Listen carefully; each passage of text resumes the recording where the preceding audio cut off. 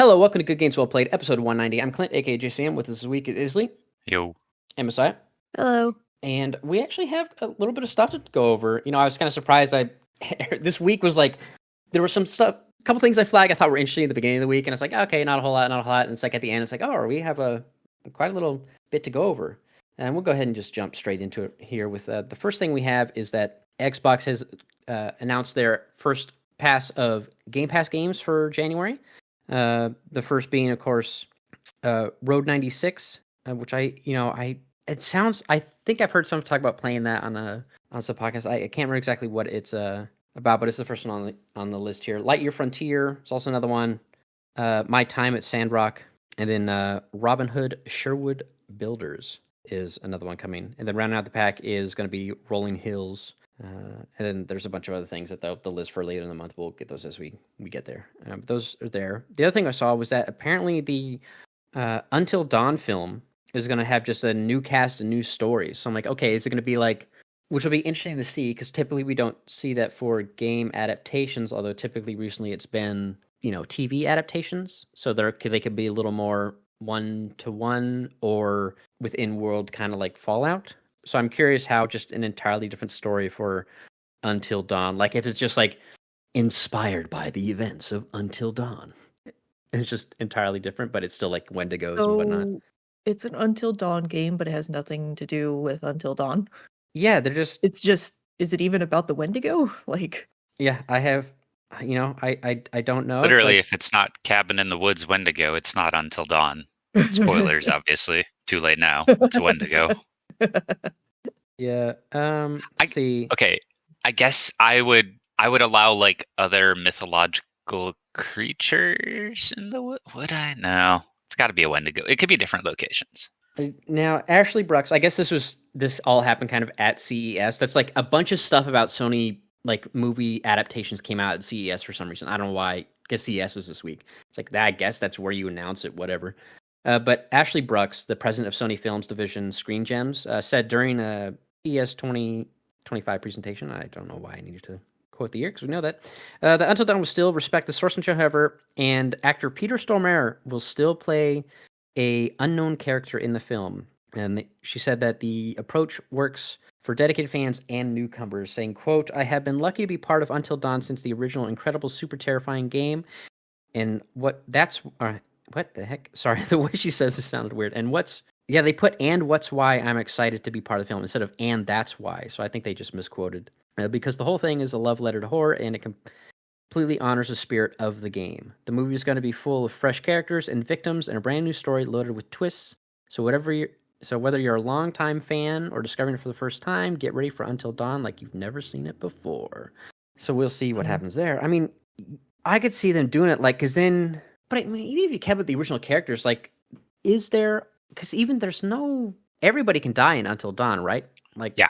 Okay, I was going to say, there's no final girl. So it's not like, whereas if you play, there's always going to be a final girl in the game, and therefore you know who's going to survive in the movie. If I recall, though, I think there are a few... I never went down this path because I only played it like once or twice and called it a day, but I think there's like one or two characters that have to die in the game.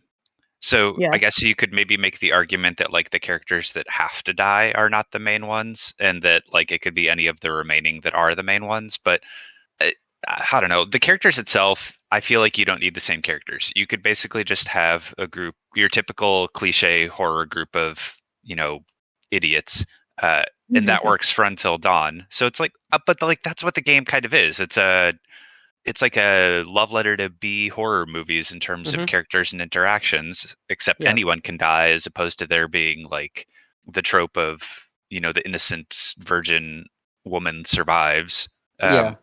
So like, as long as you keep the feel of it being a group of kind of idiot characters, which is basically 80s Cabin in the Woods horror movies, but then it's like, what makes Until Dawn? Well, the whole point was that it was like a playable version of that. So exactly, you're kind of just talking about making an 80s horror movie, which, yeah, sure, I'm all here for. I love those. They're great. Yeah. It's just a little silly. Mm-hmm. Yeah, like it's, go ahead and do kind of similar stuff. Like it doesn't have to start off with, the one friend, falls off the edge of the cliff and turns and becomes the Wendigo for later. Like it doesn't have to fall all that, or that the one character is talking to Peter Stormare's psychiatrist, but it turns out it's this in your head stuff. Like it could be different and not have to, because obviously that like pulls you out to kind of like which image makes you feel uncomfortable, and you pick one. It doesn't really matter necessarily, but it's all like this extra part in between like chapters. Like you don't have to have that unless they do like some sort of like a rescue me situation where Peter Stormare is like some ghost representation of someone else's, like, I don't know, family members, like who knows, but they could do whatever they want, I suppose, and it could work. But like I said, it was the choice aspect that made it fun. So I don't know, we'll see what happens there. And then keeping along with the whole Sony movie stuff, they also announced that Horizon Zero Dawn is getting a film, which is interesting because they're supposed to have a TV show with because Amazon, who's doing God of War? Is it Amazon? I have no idea at this point. Yeah, like it was. I can't keep up with who has what. Like, please just put it all on the same. Just put it on HBO, please. Yeah, I think. Netflix's ambitious Horizon Zero Dawn show is dead.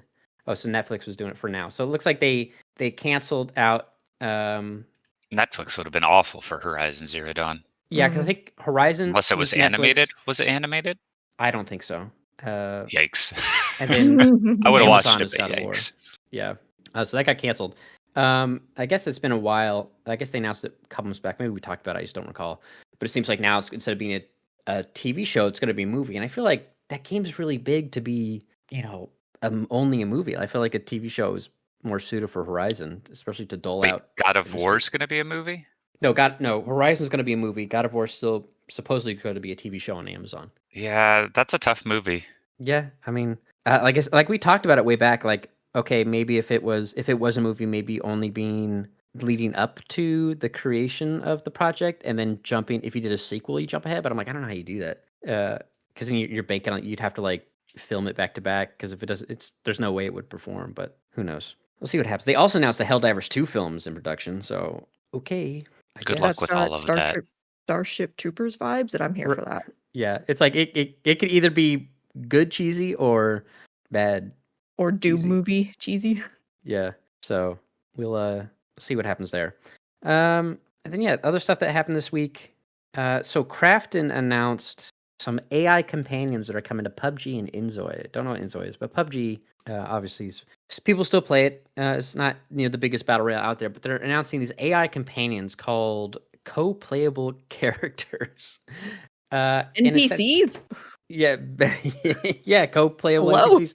And they talk to you, and you could say, like, they got voice recognition. You'd be like, hey, let me know if you find any 5.56 ammo. And they'll be like, the AI will talk back and be like, there's some 5.56 ammo right here. Or if they spot an enemy, like, there's an enemy over in this direction. And so it's like this AI companion for the people that don't have any friends to play PUBG with. But then I'm like... So you talk back to... That's so sad. I love it. I mean, I love the idea of, like, bots are great. And bots died out once online multiplayer became a thing. Like, there's no local deathmatch with bots anymore. Like, you can't... Like, even, like, a game that I think would do well with bots is Rainbow Six Siege, but you can only do Terrorist Hunt solo, and the terrorists are all bots. But it's like, why didn't they have, like, the 5v5 mode, but with bots? Like, I feel like that's something they could have easily done. Maybe if the game didn't launch in the state it did, and they didn't have to spend so much time trying to, fix stuff up, even though I felt like it was fine. They could have done that. But yeah, it's like there's no bot mode to be like, hey, I want to just try this game out. Like, even when I was playing, so I talked about jumping to Marvel Rivals last podcast, and I was trying to find a practice mode just to practice running around and getting my sensitivity dialed in and all that jazz, and just trying some characters, see how they feel. And even the practice queue, you load up with other people on your team who are practicing against bots. And I'm like, I just want it to be me only against bots, with bots on my team. And I guess there like is a way, but it's like buried in, but it's more of like a shooting range kind of thing. I'm like, just let me do a bot match, man, so I can learn the maps. It's not practice if there's other people there. Like, just because you can't do anything you want. That's weird.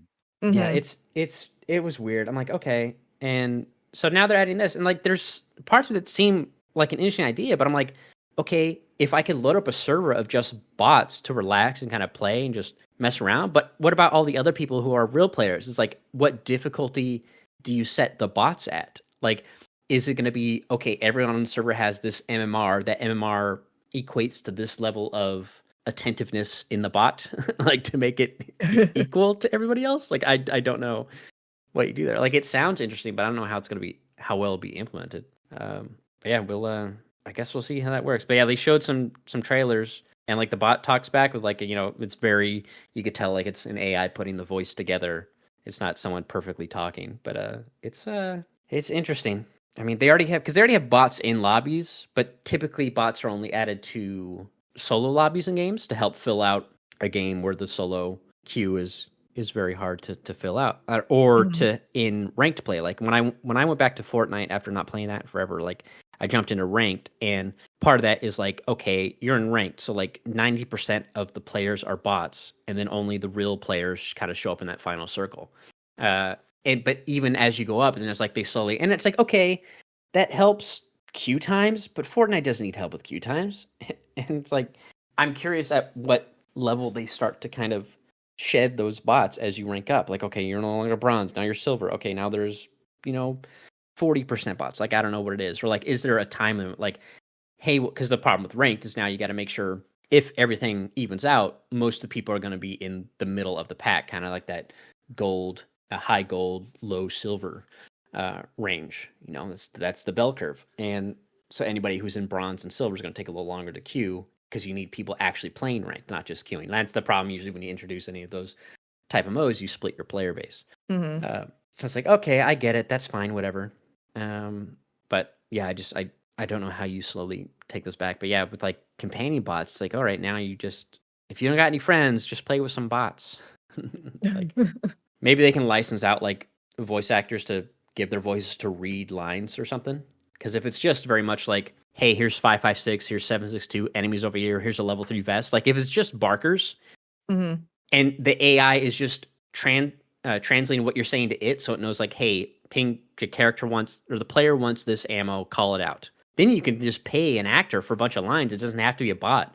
And like then you can have like, get, I don't know, Samuel Jackson yelling stuff at you. Like, there's enemy over here. Stuff like that. I don't know.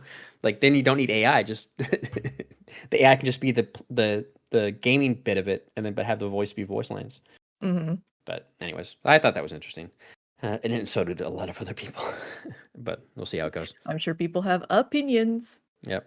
Then I saw a distressing article that said the Elder Scrolls 6 announcement's now as old as Skyrim was when the Elder Scrolls 6 was announced. And I'm like, Oh that's my God.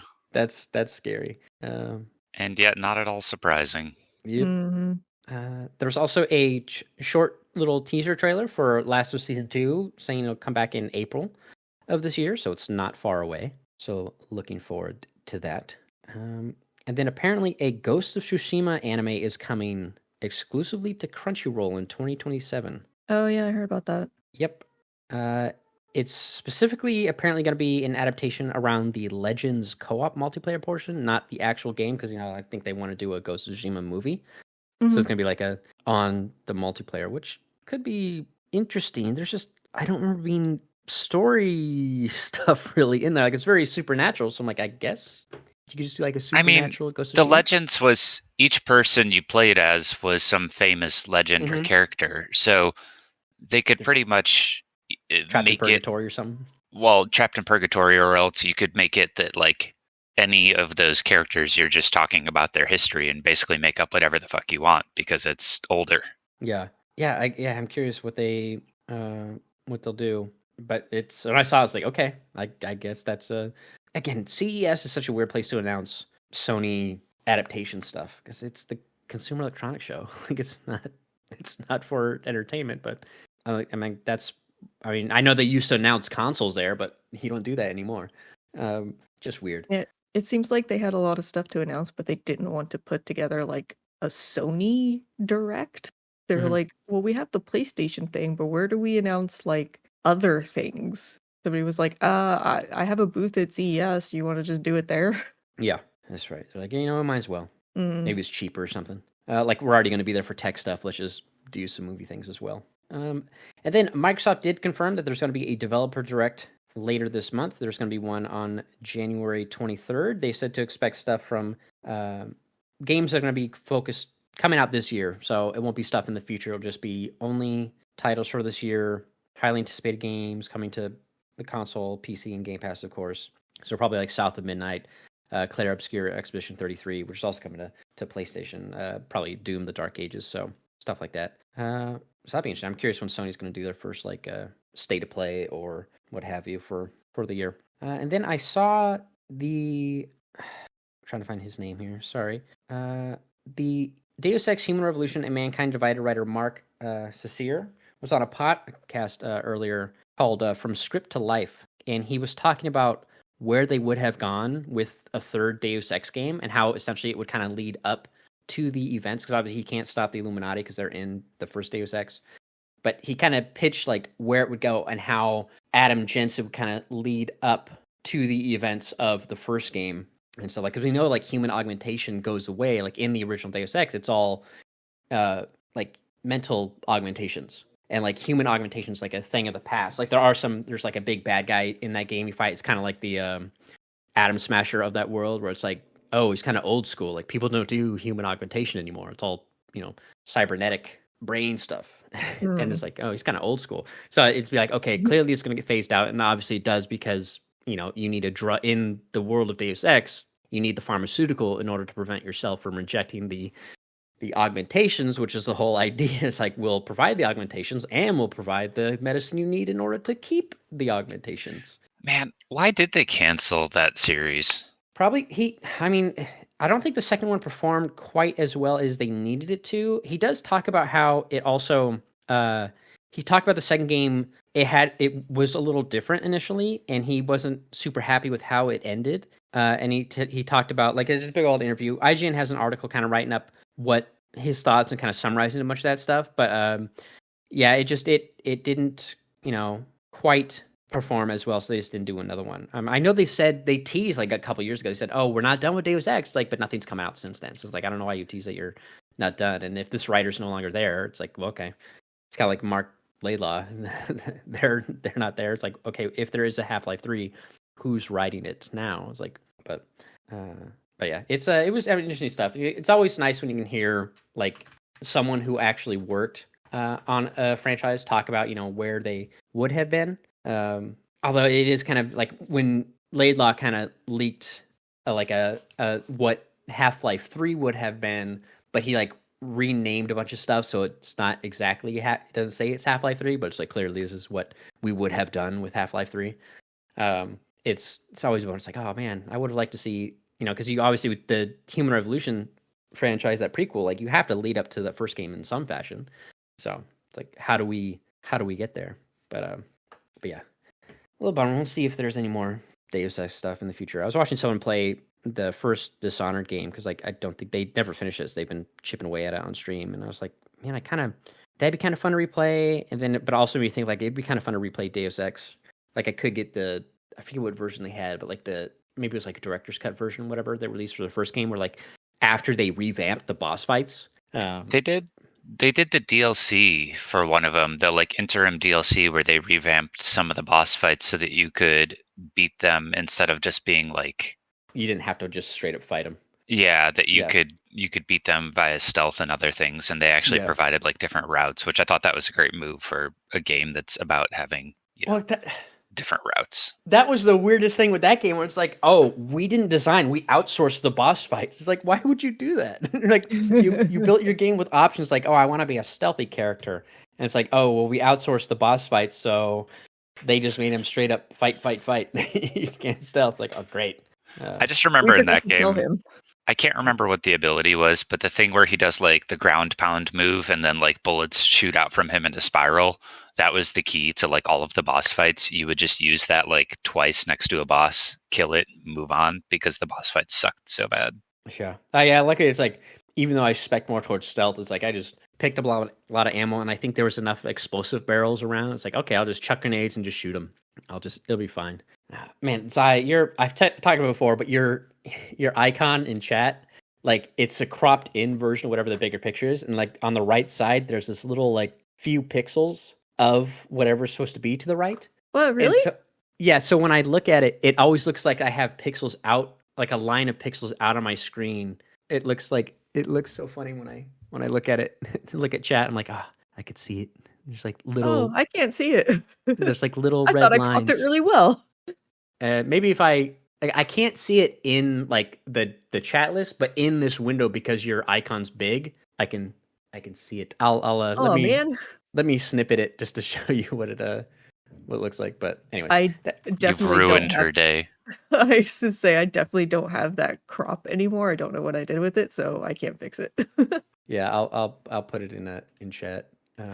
Maybe I might be. Well, I guess I could go back to the video and crop it again, but yeah, no, it's fine. Like I said, it's not noticeable in your icon, like in any of the servers or any of our chat stuff. Like I can't see it there. Oh, why is it so bright on yours? I that could just be the snipping tool making it look all bright as shit for some reason. I mean like the background on mine. It's like, oops, mine's like a dark color in the background, so maybe that's why I can't see it. Oh, I don't know. Yeah, it could be because like it's dark, like in I have dark mode on Discord, but for some reason in this window, like Isli's got this light brown, you have this bright sand color. I'm on black.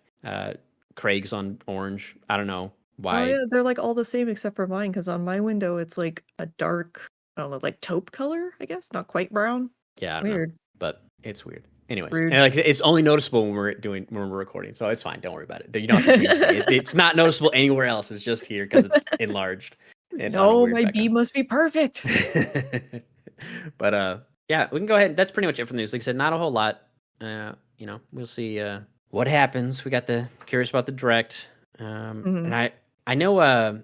Man, I'm looking forward to Atomfall, which is the game from Rebellion, who does, of course, Sniper Elite.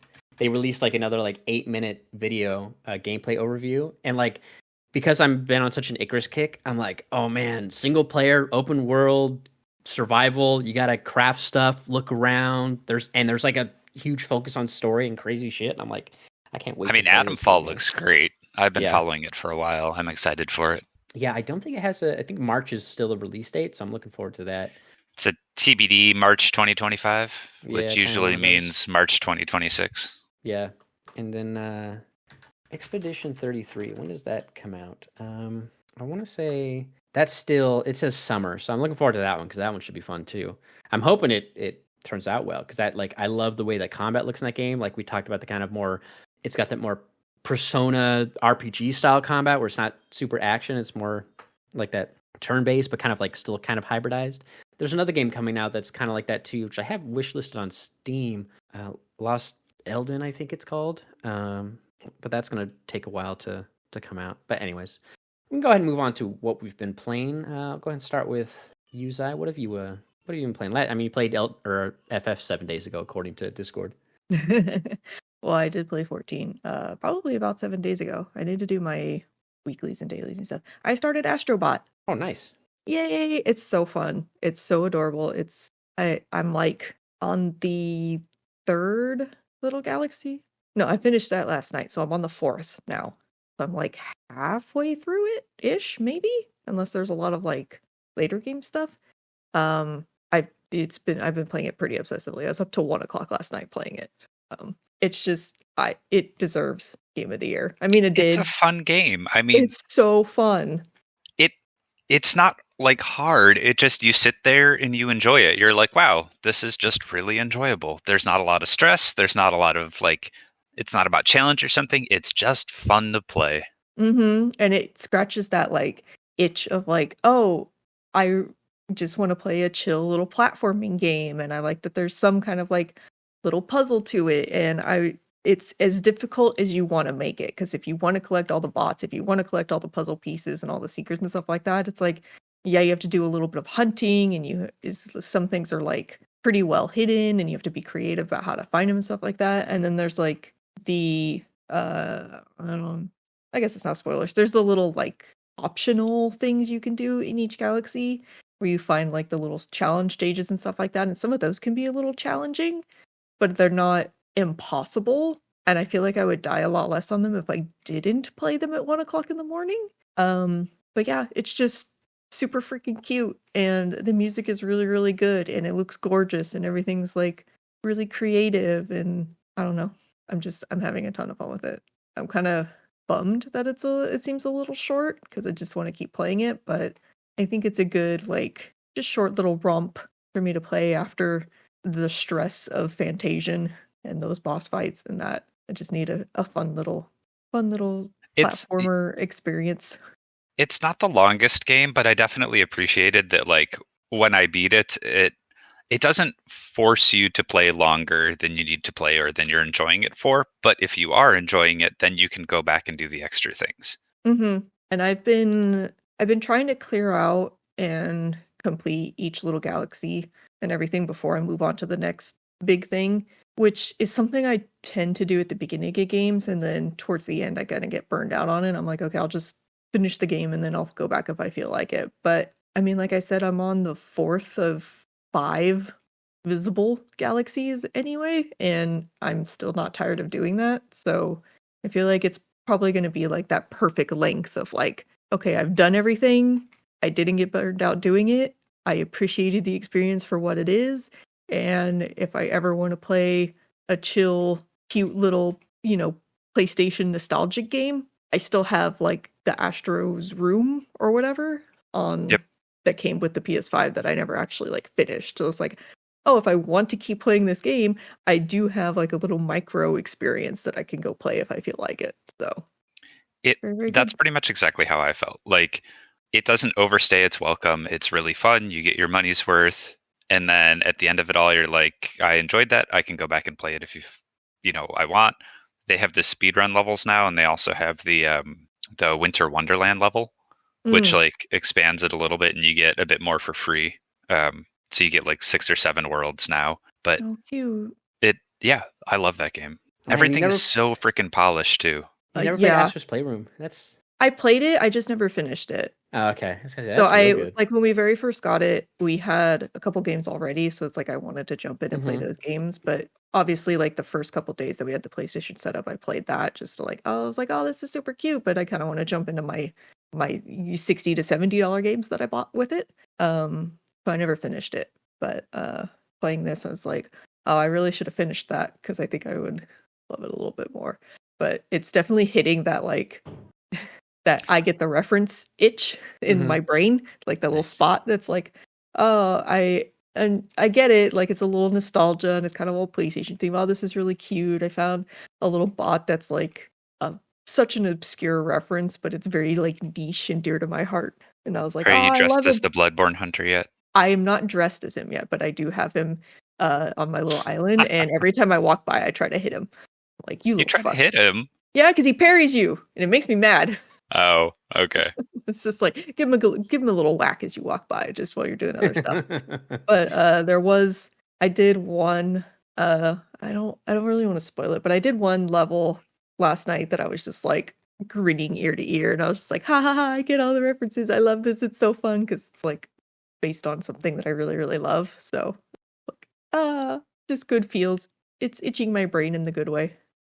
That's good. Yeah, it's nice to at least have on my list of like I can get to this at any point. I look forward to getting to it, but again, like I've said, I have to be in the mood for that kind of game. It's definitely a lighthearted, like you can see that it's meant to be a family game. There's some stuff that's like, okay, this is for the kids. Like this makes them happy, but it also makes me happy because I get the little bots in my controller and I'm like, shake them, shake the little guys, jostle them around, fling them in the air. Like it gets me too. But it's just like there are moments where it's like, oh, this is for the kids, and it's like you get to some of the little optional levels. It's like this is where the kid asks you to beat it for them and stuff like that. But yeah, it was funny. My I got Santa got the oldest Mario Party for Christmas, so he was trying to do a mini game. He's playing like a bunch of that, the new one, and he's like, I can't beat this mini game, and it was like a tug of rope one. Tug of war. Tug of rope. That's probably what they would call it to avoid some sort of copyright, right? That's the knockoff game that shows up on the Nintendo eShop. It's like clearly ripping off something else. But no, he couldn't beat that one, so it was like I had to help him out with that. He's like, "Can you beat this for me?" I was like, "All right." He just couldn't press the button fast enough. Oh, did he get Jamboree? Is that what he got? Yeah. Oh, I haven't played it yet. I want to play it. Like, if you got, it's like that'd be a fun game to play. Like, man, there was like a stretch where Northern Lion put out like a shit ton of Mario Party Jamboree content, and they do like insane 30-turn runs. It's like 3.5 hours for one vid. It's so nuts. Like, oh my god, like, I watched we're gonna crash Ray out. and Chibidoki constantly played Jamboree for like 3 weeks after it came out. I was like, I'll watch it. I don't care. Yeah, I kept adding my watch later, but I was also adding other content as well because it wasn't just Mario Party. There was other things I'd watch, reactors doing stuff I wanted to watch. And like I fell so far behind, and there were so many Mario Party videos. I'm like, okay, I'll finish the first one I'm still on. It's like 2 hours, and then the 3-hour video, and then I'm just gonna delete all the other ones. And then he just came back from vacation, and they did the couple. I'm like, okay, I'll watch these two because now they're new. It's like I don't have time to watch 1,000 hours worth of Mario Party content. It's like, but I really want to play it. It's like I feel like that'd be a fun game to play on stream. Like if we had like a bunch of people just in chat and just play on there, that'd be a good time. God, I wish it would go on sale because I have a Superstars. Never. I know, right? Maybe if I save up all my gold coins again, I'll get the digital version or something. But God, I really want it. I want to play it so bad. Yeah, I have the Superstars, and then what was the one that came out before that? Before Superstars, because there's Jamboree, Super. Then it was just like Super Mario Party. Yeah, it was just Super Mario Party. Yeah, so I have Super Mario Party and Superstars. Yeah, it's like every 3 years it seems you get a new Mario Party game. But yeah, it's I mean, and those are pretty good too. Like Superstars is fun. I didn't play a ton of it, but I played a good amount. And that's a fun game. But yeah, Jamboree just looks like a lot of fun. There's a lot of mini games in there. I'm like, oh, I can't wait to try those. But what about you, Izzy? What have you been playing? I started Lorelei and the Laser Eyes, which Lori's Laser Eyes. I think according to like how it tracks progress, it says I've uncovered 40% of the truth, which I assume to mean that I am 40% done with the game, though I acknowledge in puzzle games 40% of the truth could not have anything to do with progress. So yeah, I've been playing that, and I've really been enjoying it so far. Though I do have some nitpicks that have you started playing it yet? I have. Okay. I cannot stand the fact that it is a one button, like this game system is designed as a one button design. I think that is like the dumbest decision they could make in the world. And I can't believe that there's no back button or map button. And you have to click the X to leave where you are, or the arrow that goes back. You can't just hit circle to get out. It's like, no. I'm like, yes. So yeah, I cannot stand the fact that like I can't hit circle to cancel and that I have to arrow key up to the X when I'm doing something in order to close it. I find that to be absolutely the weirdest thing. And I even went down the rabbit hole of like reading explanations of why they wanted to do that, which is to make the game more accessible. And I'm like, surely this does not make the game more accessible, but less accessible, because someone with limited mobility now has to press like 6 buttons to close out of something instead of 1. So surely that's actually not true. Cannot stand it, like that aspect of the game. The game itself, I find interesting so far. It isn't scratching the puzzle itch in the same way that The Witness and like the Talos Principle did for me. And I think that what it is that I've yet to find a puzzle where I was kind of like shocked by the solution of it and thought it was like a really impressive puzzle. Most of the puzzles I've done thus far have kind of just been like, okay, yeah, that makes sense. You know, it's a math puzzle for a date. You look at this letter and the letter has 2 things highlighted for dates, and then it says 40 years before, and then you subtract one number from the other and you've solved the puzzle. So like none of them thus far have really wowed me, but I am still enjoying the game. I don't think it's on the level of Talos Principle and Witness in terms of creativity or meta content or anything like that. I like that there's a purpose to the story, that, you know, without spoilers, you're solving puzzles in a house. The concept of the game is basically that you're unlocking doors in the house to further explore, but there is a reason you're trying to further explore the house. And I like that there's a purpose and a reason behind solving the puzzles, and it's not just like, here's this mystery house.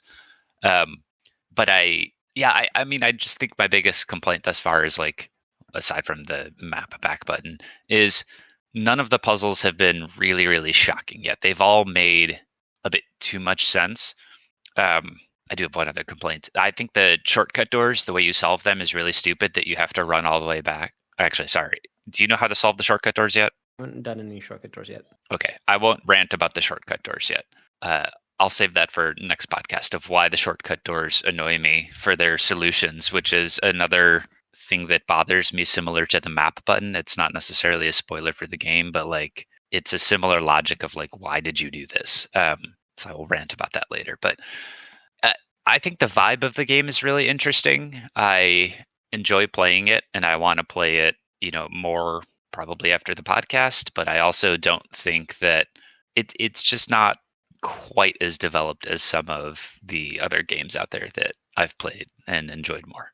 It makes me want to go back to Talos Principle too, honestly. Yeah, I was just listening to MinMax did their 210s list for their favorite games, and like Lorelei and the Laser Eyes is like Kyle Hilliard, formerly of Game Informer. It was like his favorite game, and he loved it. So he's like a huge champion of the game. There's a lot of people on the podcast who like really liked it. I didn't listen to too much of their discussion because I didn't want to spoil anything. They had like spoiler tags about Lorelei and Laser Eyes, but I was like, they clearly really enjoyed it. And I booted it up the other day, and I was like, oh, I'll play it on. It was a Thursday. I was like, oh, let's play this. But I was like, I was so tired, and I'm like, as soon as I booted it up, and like the controls on PC are just so, I didn't like it. I was like, I just don't. And I looked at it, it's like I found a letter, and it's like the code's the year. And then it's like from the dog that I found, it's like, I don't have time for this. I can't do this. I'm too tired to play a puzzle game. And so I didn't play it. But I played it last night. And yet my issue with it are, and again, I'm only I only play for like 90 minutes. So I'm not that far. Is that so far it feels like they tell you, I don't like the fact they tell you, like, it's the yellow paint of puzzles. It's like, here's the important bit. It's underlined in red. And it's like, okay, can you not do that? Like, because they give you there's that book you find. It's like, hey, here's 20 puzzles like to practice and learn about. And it's like some of those I'm like, I have no idea what the answer is. Even though they tell you like the answer is always going to be between 0 and 99. And it's like, all right, clearly some of these are patterns. And I'm like, I looked at it, like I flipped through the pages. And I'm like, I don't have time to solve this right now. I don't get this one. I try to see if I can solve it immediately. Like sight unseen, like, okay, here's the answer to this puzzle. And some of them I could, like, probably about half. And it's like, okay, this is how this puzzle works. This is how this one, okay, this one's a mirror of the objects. That means the triangle equals this. This thing, does. But some of them, like, they seem pretty obscure. And I didn't want to dig into them because I was like, I'll wait till I get to that puzzle, like IRL, instead of giving me the example of, hey, here's what you're going to run into in the rest of this game, potentially. And you're touching on like what bothered me of the puzzles. They highlight the important bits and it becomes like a math solution. And maybe it's because I'm not far enough in the game that I haven't discovered the more challenging ones. It sounds so harsh for a puzzle game, but I just don't think the puzzles are that creative. Curious, like I gotta get into it some more, but yeah, it is weird that like they tell you like, here's the important part, and then also it's like, yeah, so far it's all math. It's like, oh, the year of the letter. And I'm like, well, the letter was from 1962, but then Signorina is supposed to show up in 1963 to the location, which is the current year, and that's the answer. Not the date of the letter, but the year that you're supposed to arrive. It's like, okay, because it's underlined next year. And it's like, so you do that, okay, whatever. And then there's some that are like, where the way I think it's going to be isn't the answer. Like there's one where, like you go across, it's when you go up to the second floor, and it's blocked off. Like there's the rope you can't go through. And there's the sign for the Ace of Hearts. It's a poster for a movie. And the poster's upside down. So then later you find out that the Ace of Hearts came out in 1952. I'm like, oh, okay. Because of the font they use, 1952 upside down would be 5261. So I'm like, I thought that would be the answer because the poster's upside down. So the padlock next to it would be like, this is the answer. Like it's the year, but the poster's up down, you should know to invert the number. And I talk about, numbers that can be inverted that are palindromes. And so I did that, but it didn't work. And I'm like, okay, maybe I'm like, that's weird. It didn't work. And then there was one where it was like, it's a dog like all the dogs movie poster plus un animale terrible right next to the door. I'm like, okay, these, whatever, when you first found them, okay, I have to add these two together. So I'll find out more about them later. But then I found out, okay, this movie came out in 1957 and the other one came out in 1962. Okay, let's add those two numbers together. That's clearly going to be the solution. But it didn't open the door, and I was like, all right. But the thing I like about, and I talked about it on stream, was like, what I like about The Witness is, and Talos Principle's very much the same way, is like, The Witness is, every time they introduce something new, it's always like, here's the puzzle mechanic. Like, obviously it's just lines in The Witness, but like, regardless, it could be any puzzle type. It's like, here's the puzzle, and it's like, okay, now here's like an easy version. Go from the dot, drag the line from this to the finish. Okay, now go across, do a maze. Now it's just a little longer. Now it's like a little more complex, and it's like 6 more examples of more complex versions of this easy way to solve, get to the end kind of thing. Then it's like, all right, now we're introducing symbols. Now, in order to solve this one, you have to go make sure you collect the symbol without, you can't run into yourself, yada, yada. So it's like, okay, it's a simple version, and then it gets harder. So it slowly stacks and teaches you more complex. This, especially when I found that book that's like, here's 20 examples of puzzles. It's like, yeah, the answers are simple because they're between 0 and 99, but here's like 20 different cryptograms or like, different styles of puzzles. And I'm like, it's weird that they're not, like you said, it's all math, but I feel like, okay, is it going to be a situation where it's not just addition, subtraction, multiplication? Like, is it going to be like, okay, because there's that one, you find a journal and it's got like a moon lock on it. I'm like, okay, clearly I'm going to need like phases of the moon. I'm assuming of this year, but what time of this year? So I'm like, okay. Yeah, I found that journal too. I haven't solved the puzzle for it, but I do feel like with every puzzle I've found so far, I'm going to use that journal as an example specifically because I haven't solved it. So it shouldn't be a spoiler. I saw that and I instantly thought like, okay, 1963 seems like a really important year. It's probably going to be whatever the phases of the moon are in 1963 or something like that. Like it's going to be, I'm going to find a book somewhere that has diagrams of moons that attach the moons to a number, and then those number phases is going to be what I put back in the journal. So every puzzle has kind of felt like, well, I'm going to figure out how to translate X symbol to a number, which is going to end up being 1963 or 2014. Like, it just like, it feels like they're all just going to be simple replacements like that. And I've yet to discover a puzzle where I was like, wow, this was really fucking weird and creative. And I can't figure, like, I am surprised that was how it turned out. And that's what I'm struggling with the most on it, is just that they all feel sort of like that. And I'm still enjoying it. Like, I'm still walking around the house. I'm still having fun exploring everything, but everything just sort of feels the same like that. Yeah. The one thing I do like about the journal is it has the Roman numerals on it, so it's actually 1847. And I was looking for that book. I was like, okay, I want to find this book, 1847. And it was just right there on the desk. I'm like, okay. And I looked at the Roman numerals. I'm like, clearly, this is the number. Okay, so moon phases of the year 1847. But again, of which time frame? And that's the question that I got to figure out. So, because I don't want to just, should I assume? Because I think there's six phases you have to click through. Yeah, it's like 5 or 6 or something. Yeah. Oh, yeah, because I'm like, I guess I never thought about, or I don't know how many phases does a moon go through in a year? Like, how many cycles? And so I guess I could look that up and see that. Because I don't know, but I'm interrupting you for this.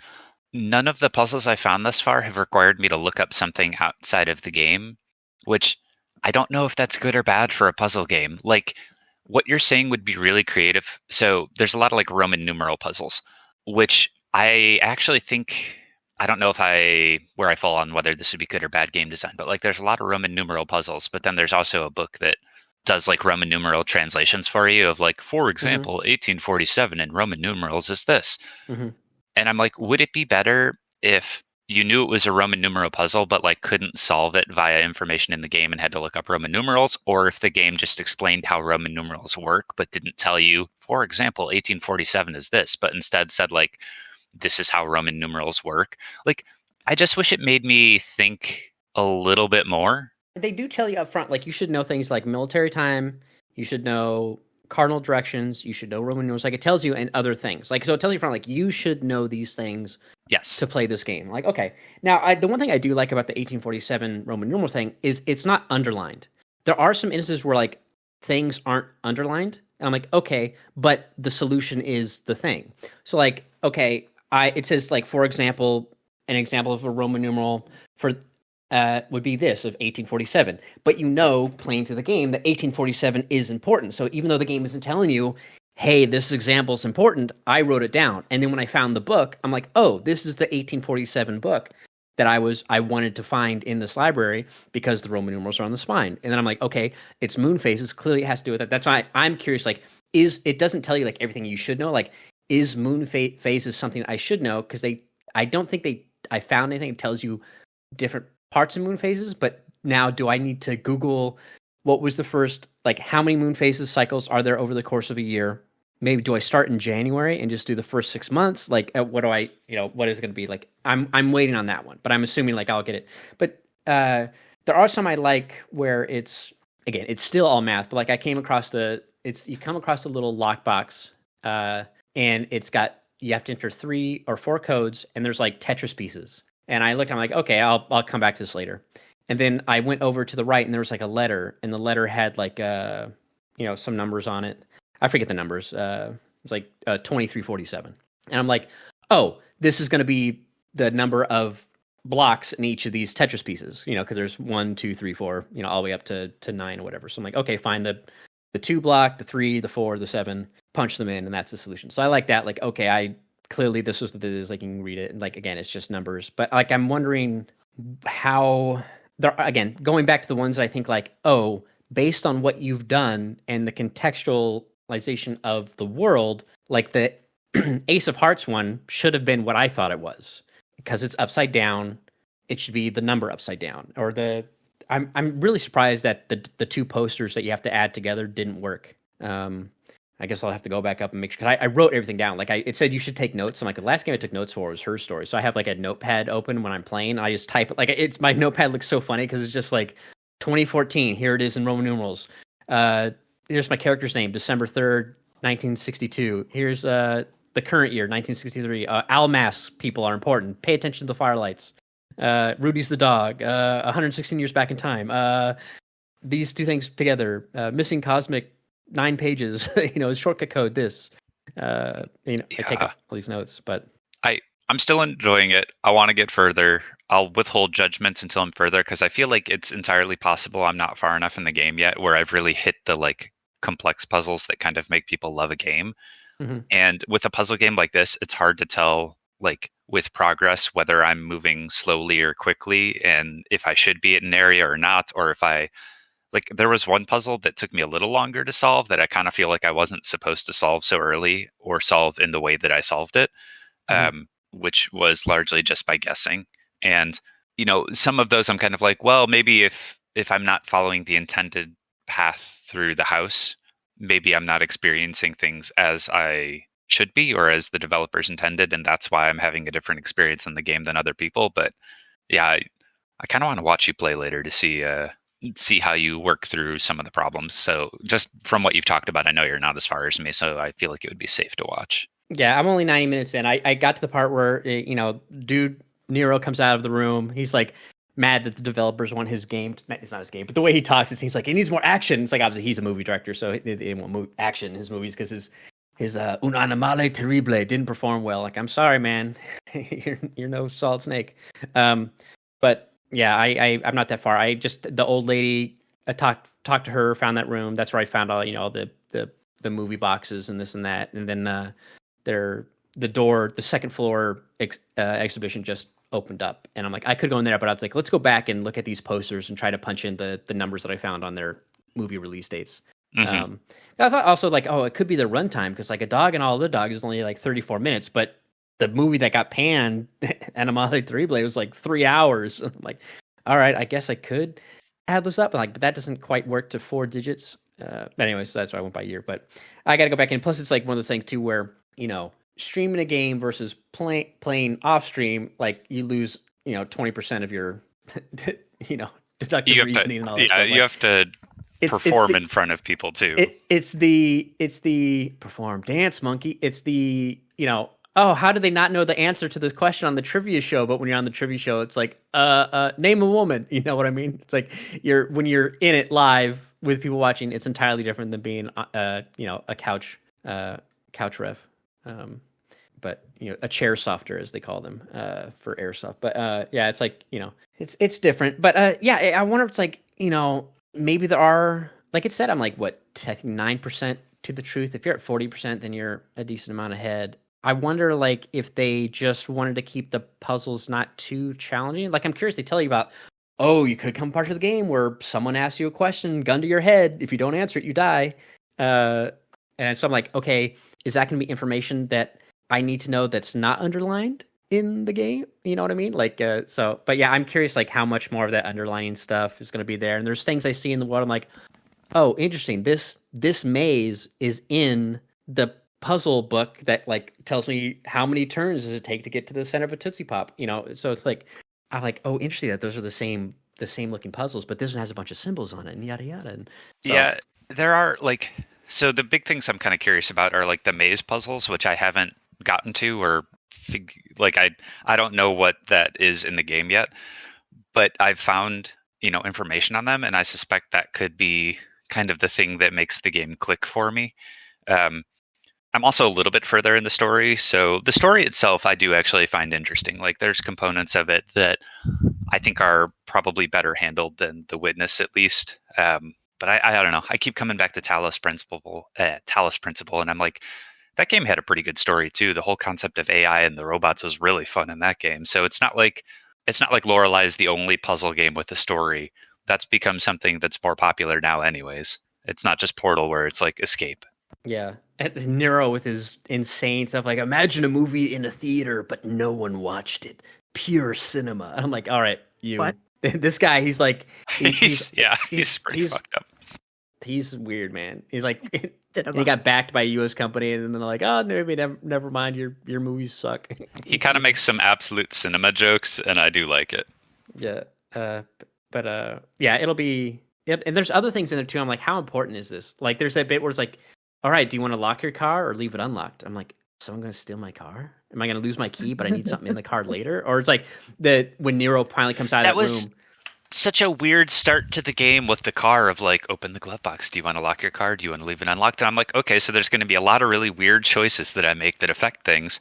And now I'm further in the game, and I'm like, you mentioned this, and I'm like, maybe I should go back to the car to see if it got broken into or something. Yeah. I'm like, I got to go back. And then I'm curious, like, they talk about, like, they even say, like, you don't need 100% to beat the game. And then there's, like, all the shortcut doors. You don't have to use them to beat the game. They're just there. There's the Resident Evil 4 remake little tchotchke containers that you can spend money on to buy stuff. I'm like, but what do those do? Like, do those little things help you out some way? And they say it's all optional. You don't need to spend the money on it, but you only have a limited amount of money. Like, you keep finding dollar bills everywhere. I'm really worried about those because I accidentally bought one of them because of the whole one button system. Mm-hmm. And I'm like, I really hope that it's not like, if you buy one of these, you can't buy the like one major item to get the secret ending at the end of the game or something. Yeah, that I want it. If there is like some, and I'll look it up when I'm done. But yeah, I look forward to playing more. I'm curious. Like again, going back to those posters and just contextually trying to solve them, thinking like, okay, it should be this. So that's why I'm curious. Like, okay, well, what is the answer? I like that one where it was like, there are some ones that are fun where it's just like, okay, it was, where was it? It was like, there were numbers and they used that very basic straight line font, and it's like, but it had like vertical black bars covering it. And it's like, what number's behind the bars? And it's like, oh, well, this has to be 7 and this has to be 4. Because it's not 8 or 0 because there's no upper and lower line, yada yada. It's like, I like that. It's like, okay, just that's fun little easy puzzle, fun to do. And then what was another one that was kind of like that, where it's like just fun little, it was where like it had the two halves of the digits and you like rotate, and the answer was like, 6 something. And it's like, okay, you got to rotate them until it makes the 6, and then this to make the 5 and the 2 and the 1 or whatever and the 0. And it's like, that was kind of fun to like rotate those pieces. Like, I like that. But again, they're easy stuff. So I'm curious, like, how many of these are easy? Is the maze like the layout, the floor plan of the place? Like, okay, if I walk, there's like little red spots here. Okay, if I assume this is the entrance of the building and I walk a couple steps this way and then I turn left and then I go all the way till I can't and then I go right, and it's like, do I find like, is there a hidden item there or something? It's funny. I walked into one room. It's the second room you go in. It's like the stairs, and there's something on the left. You go left and up, and there's a I forget what's there. I think it's maybe where the clock that has the zodiac signs on it, maybe. But like, I walked up into that room, but I looked at the thing, and obviously I knew I couldn't solve it yet because it has like other components to it. and there's like I think a door next to it. Might have been a shortcut door. I don't know.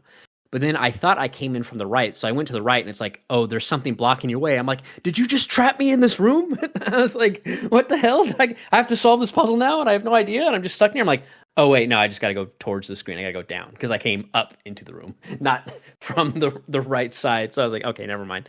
I'm trapped. I'm trapped. Yeah, I thought I was like, really? Did it just close the door on me? It's like, what happened? I was confused there, but I do like that at least the game also like memory captures every piece of information. It's like it's so funny the way that the manual reads as if it's like the game does this and you can go back and read any of the stuff you've read. I'm like, okay, like every other game where you collect the pages, you know.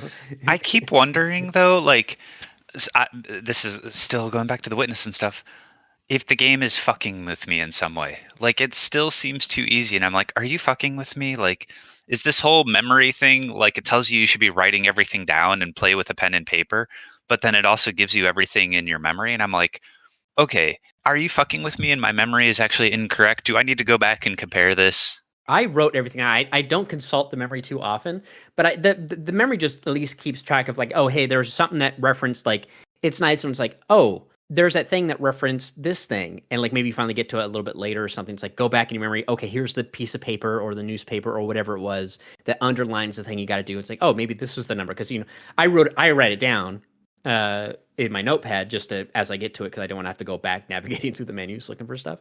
But that's why it's nice knowing like, oh, I should have memory of all those movies that came out, and I don't have to go back up to the room. I could just look in the memory of the character, figure it out, yada yada. So I'm wondering, yeah, will it become a little more complex later? Like right now, it's very, again, if all answers are 0 to 99, it's just figuring out how you get to there, yada yada.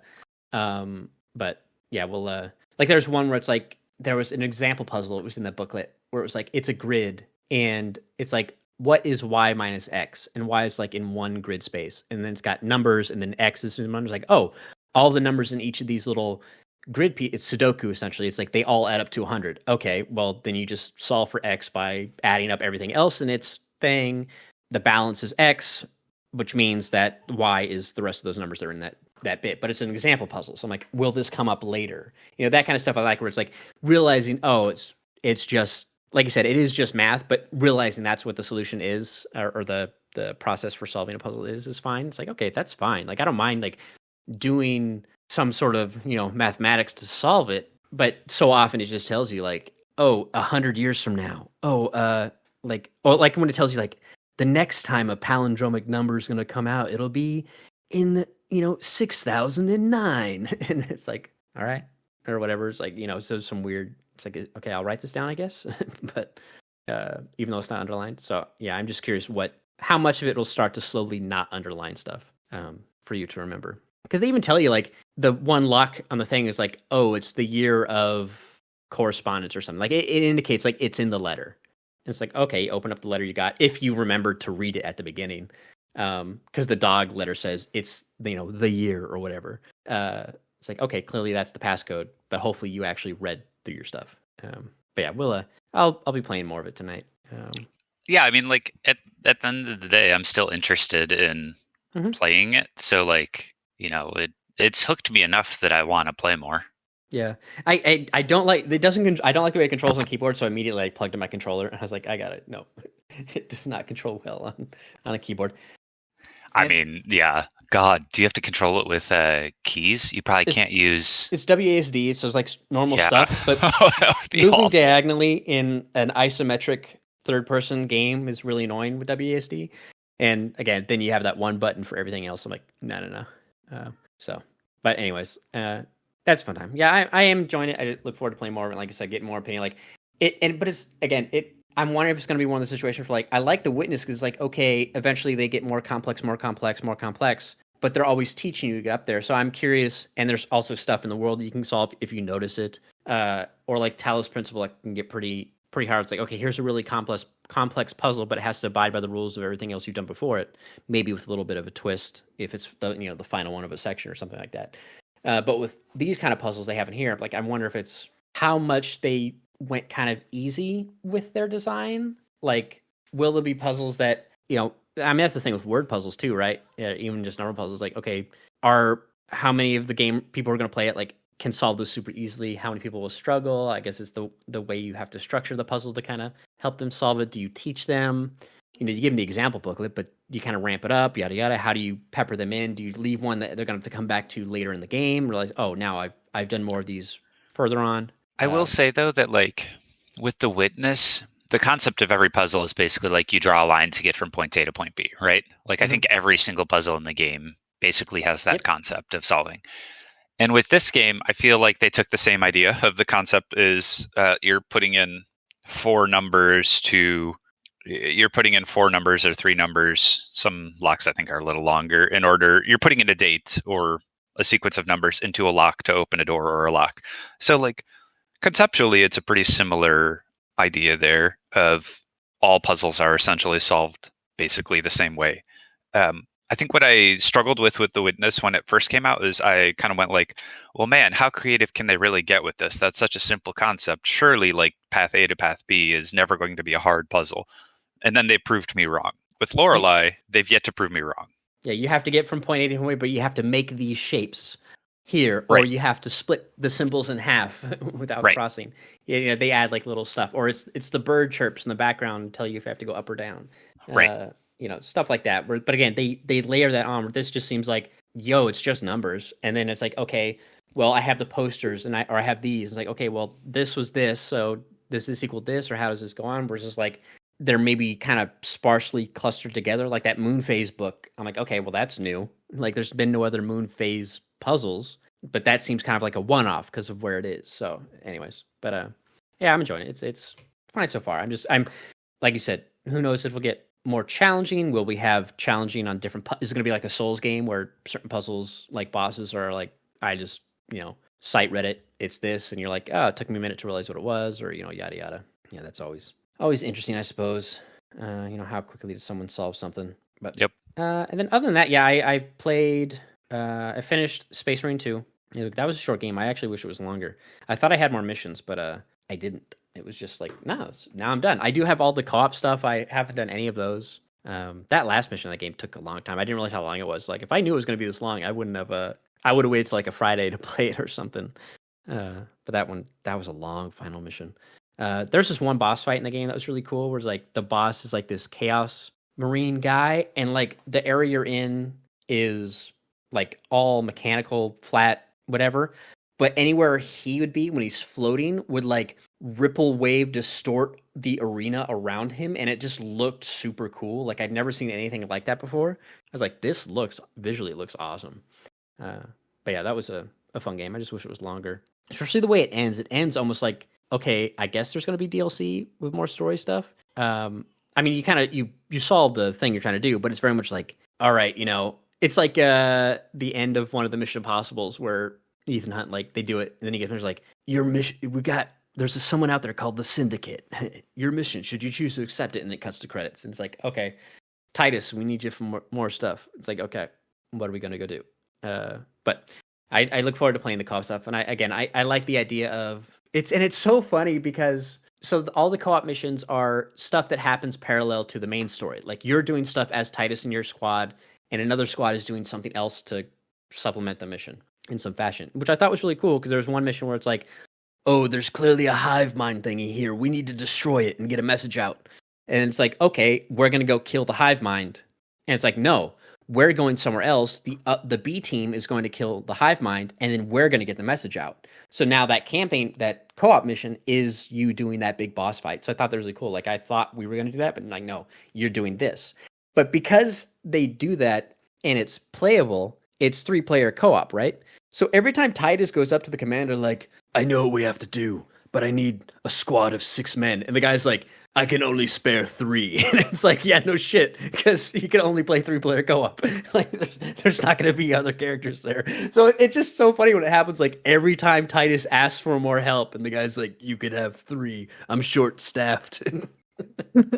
I'm like, okay, in world lore of why there's only 3 people I'm co-op. short-staffed. But it's just it's so funny. But yeah, I look forward to playing that just to get some more content, because I want to play more of that game. It was a lot of fun. I'm surprised it's so short. And then obviously there's the P stuff, but I haven't done any of that. Don't know if I'll play that, but I think it's supposed to be just okay. But yeah, more co-op would be good. And then did I talk about it on? So the other day I was talking about I was looking at like introductory sets for like Warhammer on Amazon just to see what there are, and I like added one to my or I like had it in my cart because I was looking at like, oh, what if I get this? This is only like, you know, $40-$50. I forget what it was. And it's like, oh, I can get it. It's like small, not too many figures to paint, whatever. Maybe I'd get like the kid to play. We could try it out. He'd probably be the aliens. And so I added it, but I didn't check out. And then the other day we had like a power outage on Sunday after we recorded. And it went for quite a while. And I was like, what the fuck, man? It's like I've had more power outages here than I ever have living all over the other city I was in since like 2014 or 2004 rather. It's like hardly any. So I'm like, don't know what's going on with the power grid, whatever. So I'm like, it's like I can't deal with it. It's like I need to get. So I bought a Jackery. I was like, I'm over it. I bought a Jackery backup battery, just a small one, but it has like a bunch of charge for like phones and tablets and whatever else you got to do. You can keep charged for a long period of time. And I also bought a dedicated UPS for my computer so I can shut it down properly and not have it shut off. Because I have like a mini one, but it's not quite powerful enough in case I'm doing like something big, like if I'm gaming, you know, and pulling like a lot of wattage. So I bought like a more dedicated one for this, and I keep the other one for the network, so the network's at least up for another, you know, about an hour to have internet. And I put this in my cart and like add checkout, and I forgot that the Warhammer thing was in the cart, so I was like, all right, well, I got the Warhammer thing, so that came in. I guess I have Warhammer now. Yeah, I forgot they come in like those piece boards, and you have to take them apart and put them together. I'm like, oh, I don't know why I thought they were in their little statue form. I guess it's, you know, if you want to put their arms or different weapons on them, I guess you could do You're that, already so. discovering the first part of Warhammer. Everything takes long. Yeah, I mean, but I feel like there's, again, looking at the list, like they're also smaller than I was expecting. I don't know why I thought they would be slightly bigger, but I guess it just depends on the units you got. Like the aliens obviously have some big units, but yeah. So I've got that. Who knows when I'll do that? Someone joked like, "You're gonna be an arts and crafts stream now." No, I'm not gonna painting minis for 8 hours. Yeah, painting minis. Yeah, no, I'm not gonna do that. But I guess if they're small, they shouldn't necessarily take that long. Just put the base coat on and do all the highlights, I guess. But I haven't painted in anything forever, and I am kind of shaky hands. But we'll see. Yeah, that was a great game. I had a lot of fun with that. Look forward to. Hopefully, I'll play co-op at some point. I know another streamer I watch and I chat with. They also haven't done the campaign co-op or for the co-op missions on Warhammer, so we might do that at some point. And then other than that, yeah, just still a ton of Icarus. Man, I was like, having a bunch of fun in that because like I was playing, you know, hardcore, and I found this cave system in this one part of the map. I was doing like a tough mission, put on hardcore, hard missions, like a bunch of currency if I beat it. And it was just a resource collection of some sort. And I found this cave system, like blueprint that I've never seen before. Like most caves is like there's like 3 tiers, like a tier 1 cave, tier 2, tier 3. And tier 1 caves and 2s and 3s all have the same layout. They're always the same, just the resource nodes are going to spawn differently, and maybe you have more of one or another.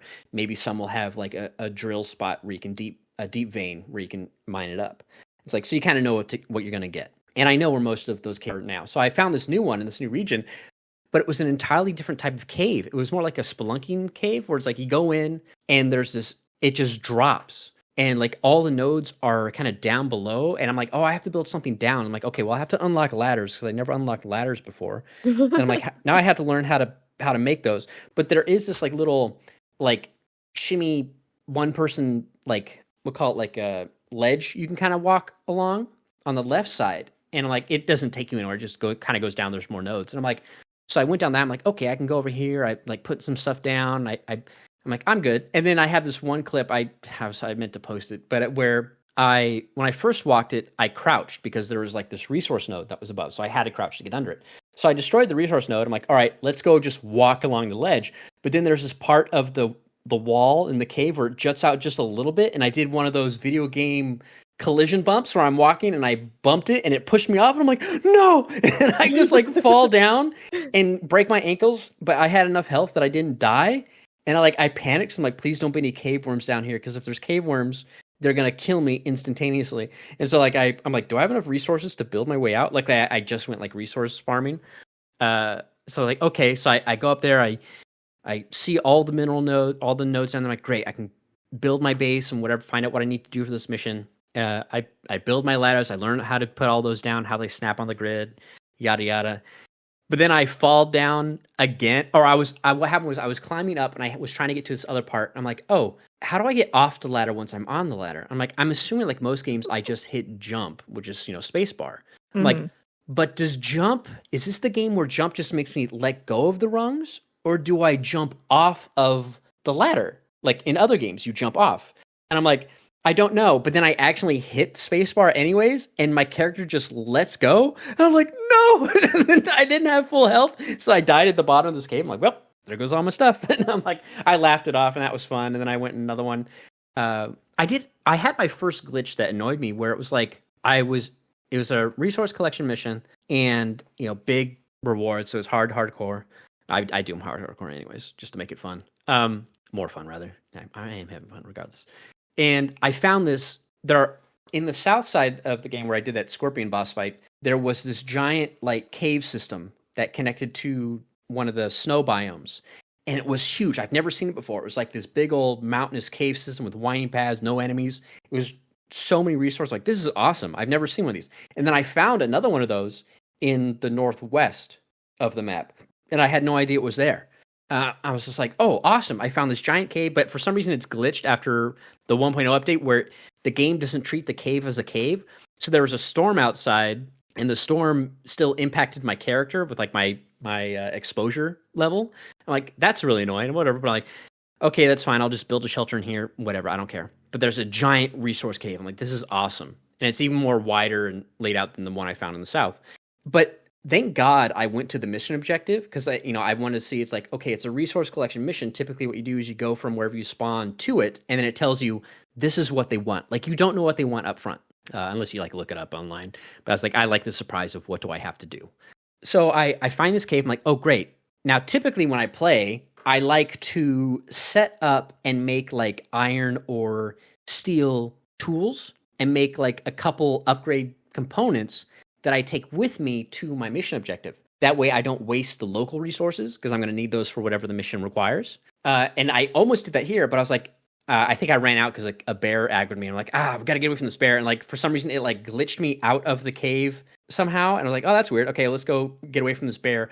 Let's just go trigger the mission. And typically on resource collections, they drop like a resource pod down to you that you fill up with whatever they want, but it didn't drop. And it's like, here's where you are. It's like, oh, you're at the mission, blah, blah, blah. Just get the stuff. But it tells me what I need to get, but the pod didn't drop down. And I like looked it up and like, yeah, this mission's like bugged. For some reason, it's not working properly. Some people got it to reset, or like it would glitch out on them where it drops down, but then later it would sometimes go invisible for some reason. Like, it was just some weird glitched mission, which I guess hasn't been patched. So I'm like, I just couldn't do it. I'm like, well, thank God I didn't spend time building up a temporary base and mining all this stuff and getting all my higher tech, only to find out that I can't do the mission. So I just ran back to my pod and got the hell out of there. But that bugged me. That was like the first time I had a game breaking, I guess you can call it, bug that wasted my time a little bit. But I did find that known cave, thing, though. and they haven't fixed it yet.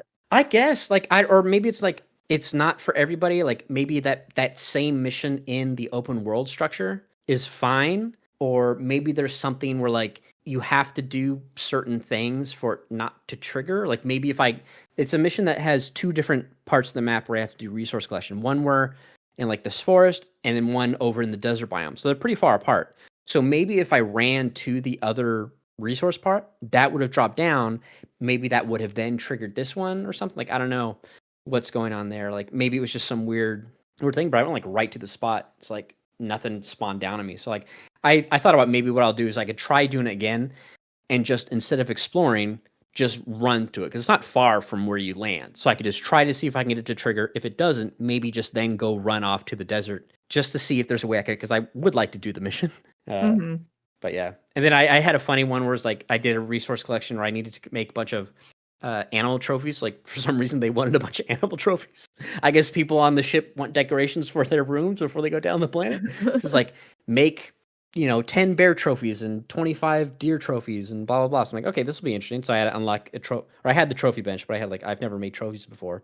So I get all set up. And then like, because you're on a planet, it doesn't have 1-to-1 gravity with earth, so you're a little floaty sometimes when you jump. And I got aggroed. I went to go skin an animal because I needed the resources, and there's a bunch of these other. They're called like moas. They're kind of like really angry, more angry ostriches that also like are like omnivores, I guess. And they wanted the corpse of the animal, but they aggro you if you're too close to it. They're like, no, mine. So they start chasing me. I'm like, damn it, I don't want to fight these right now. So I run, but I jump over a rock, but the other side of the rock also goes downhill. So now I'm going to take fall damage. I'm like, oh no. And then I take the fall damage, but I had low health because they attacked me and I died. I was like, there goes all my stuff. Jump over a rock and don't realize it's on the edge of a cliff. I did that in another mission, but I survived. Where I like jumped and I was like, no. And I was like, I didn't realize, I didn't pay attention that I was up higher than I thought I was. And I was like, oh, and then just like those slow motion seconds where I'm falling down towards the ground, like how much damage am I going to take? And it's like, okay, I just broke my ankle. Because I had a suit of armor that like reduced fall damage and the percentage chance of breaking your ankle, so you don't have to like, you know, make a splint, and because you always got to wait for like your injury timers to reduce. But and I guess I did that one mission where I fell down in that spelunking cave. I did insure my gear there because like, oh, let's try it. I'll just insure my gear because it's like 33% of the cost of the mission. So like if you complete the mission, you lose 33% of the total reward. Like that's the cost you pay. But also you have to wait 5 days to get your gear back, which is weird. So it's like your gear is insured, but you can't get it immediately. You have to wait 5 IRL days. And I was like, that's an interesting mechanic. Luckily, So I had you keep your gear, but you have to wait a week to get it back. Before it comes back. I guess the idea is that they're sending, like, there's an insurance company in world lore going down to where you were, and it takes them 5 days to get your gear from where it is. Like, I guess that's the idea. Because I don't know how long it takes in, like Tarkov, you can buy insurance. But I have no idea what the time limit is for how long it takes to get your stuff back. Like, I always assumed it's immediate. And I thought it'd be like, oh, I can just buy it back and maybe it would just cost a little bit of money maybe or something. I don't know. But luckily it's like, and the only reason that bugged me is because I just bought like a new equipment piece that I took on that mission and I barely even used it. So I'm waiting to get that back because it was kind of pricey to remake. Everything else though is pretty cheap. Like some of the gear is like, oh, you just need 50 currency to recraft it at the store. I'm like, that's fine. You know, I make like a new canteen or a new auction tank, whatever. It's like, it's not a big deal. And there's some easy missions you can run that give you some exotics that you can trade for the normal currency if you want it. But it's fine. It's not like a huge loss. Like at least know how to get that back. Like having one set of armor, I think would be great on hand at all times just to keep in your loadout. That way, at least if you run uninsured, you always have a backup. And then next time, just run insured. But yeah, it's a lot of fun. I enjoy playing the game. But I played so much of it yesterday, like all day, that I was like, all right, I don't need to play this on stream. I can pull myself away to play something else. Because the problem is always like, if I'm in the middle of something, I just want to keep going. Like, I'm so close to completing this mission. But yeah. But yeah, more Lorelei tonight. All right, that's it. I don't have any other notes on here. I tried looking and everything else. We'll see how many, games are shown at the Xbox thing in a couple days. It's gonna be next week, so it'll be after we record. So the week after we'll be able to talk about it, I suppose. But all right, well, that'll go ahead and do it for this episode. Thank you all for tuning and listening. Thank you, Izzy. Thank you, Zai, for joining. Yep. And we will see you all next time. Later. Bye.